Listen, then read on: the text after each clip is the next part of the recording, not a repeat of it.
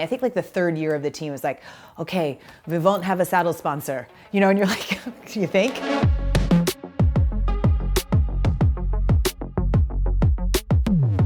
So I started bike racing super late, 26 years old. It was really the first time I picked up a bike and started riding. So I was a newbie, especially technically, as you can imagine, when I reached the pro ranks. I mean, I think I was slightly scary to be around. And I made the US national team fairly early on as well. I placed fourth at US Nationals in 2001, and that kind of got the attention of the US national team. So I made it onto that team with the best women in the US. It was Kimberly Baldwin and Amber Neben and Kristen Armstrong, and I was the lowly domestique. But I could barely keep up with these girls to even be a good domestique, quite frankly.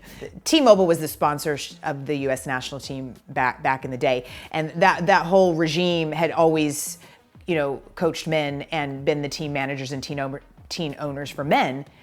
And so when that started, they got a saddle sponsor without asking any of us, and learned really quickly that you really can't get a saddle sponsor for a women's team. We have to be able to ride the saddle that works for us, or it completely ruins, your entire output and literally, and of course then your performance. And that was they really dug their heels in for a while, like we have to have a saddle sponsor, like that's the normal thing to do, and it's going to be these guys. And in the beginning, there was some of us that would be down in the basement of the hotel, having the mechanics who were like sawing on the inside of the saddle, trying to make the hole in the right shape of the saddle of the company that we like, that works for us, and building foam. And I mean, it was like, men running women. So we went over to Europe. I think it was the very first season that I traveled with the national team. It's probably my second or third time over there racing. And we were in Germany. And as everyone knows, there are multitude of issues when you first start bike racing with the saddle and what sits on the saddle, right? from men and women and everything in between. And so my body, my anatomy was not quite used to the situation that it was in. And it was a springtime, so it was raining and it was foggy, and it was, we were always soaking wet. And I had just a situation down there that was just downright frightening. And so I was the middle of the night, and I was just in excruciating pain. I had a really bad infection.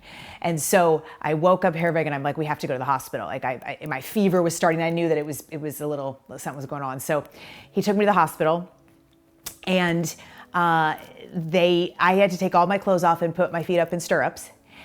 And not one, not two, not three, not four, not five, but 6 male doctors stood in front of me and figured out what was wrong down there.